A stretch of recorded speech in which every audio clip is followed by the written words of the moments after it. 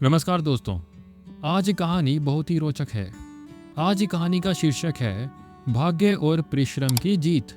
काफी समय पहले रामसेवक नाम का एक धनी व्यापारी था। धन धान्य की कोई कमी नहीं थी, लेकिन उसे अपनी दौलत पर बड़ा घमंड था।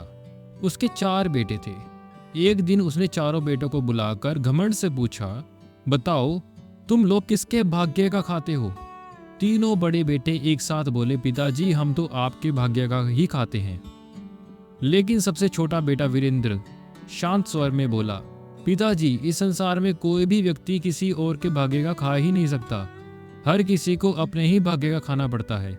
यह सुनकर राम सेवक का घमंड चोटिल हो गया। उसने गुस्से में कहा, अच्छा अगर तू अपने ही भाग्य का खाता है तो निकल जा मेरे घर से। वीरेंद्र की मां ने बहुत समझाया, पर व्यापारी नहीं माना और बेटे को घर से निकाल दिया। विदाई के समय मां ने रोटियों में चांदी के सिक्के छिपाकर उसे थमा दिए। रास्ते में रात हो गई। थका मांदा वीरेंद्र एक गुफा में जाकर सो गया। आधी रात को शोर सुनकर उसकी आंखें खुली। उसने देखा 4 अजनबी साजिश कर रहे थे। वो कह रहे थे, हमें इस राज्य की जासूसी करनी है। 2 लोग राज दरबार में नौकरी लेंगे और सही समय देखकर अपने राजा को हमला करने का समाचार देंगे। वीरेंद्र चुपचाप सुनता रहा। सुबह होते ही वह दरबार पहुंचा और उसने सारी बात राजा को बता दी। सचमुच थोड़ी देर में वे 2 जासूस नौकरी मांगने पहुंचे और तुरंत पकड़े गए। राजा ने प्रसन्न होकर वीरेंद्र से कहा, मांगो तुम्हें जो चाहिए। वीरेंद्र को घुड़सवारी का बहुत शौक था।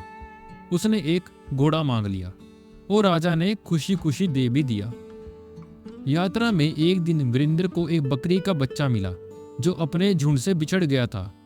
वह उसे अपने साथ ले आया। कुछ दिनों के बाद वे एक ऐसे गांव में पहुंचा जहां लोग बहुत ही धूर्त थे। वहां एक ऊंचे पहाड़ पर बने मकान में यात्रियों को ठहराया जाता था। ठंडी हवाओं से यात्री रात भर में मर जाते थे और सुबह गांव वाले उनका सामान लूट लेते थे। वीरेंद्र को भी उसी मकान में ठहरा दिया। आधी रात को ठंड असहनीय हो गई। तभी उसकी नजर एक हाथ चक्की पर पड़ी। उसने चक्की चलाना शुरू कर दिया। चलते चलते उसका शरीर गर्म हो गया और उसने रात काट ली। सुबह जब गांव वाले आए तो उसे जीवित देखकर दंग रह गए। वीरेंद्र ने हंसते हुए कहा, मेरी जान इस बकरे ने बचाई। रात भर मैं कहता रहा, बकरे जाड़ा खा जाओ, तो उसने जाड़ा खा लिया। गांव वालों ने उस बकरे को भारी कीमत पर खरीद लिया। पर जब उन्होंने उसी मकान में रहकर बकरे को कहने की कोशिश की, जाड़ा खा जाओ, तो ठंड ने सबको वहीं ढेर कर दिया। आगे चलकर वीरेंद्र ने रास्ते में एक युवती को रोते हुए देखा। उसने बताया कि उसकी बूढ़ी माँ बीमार है और उसे हकीम के पास ले जाने का कोई साधन नहीं।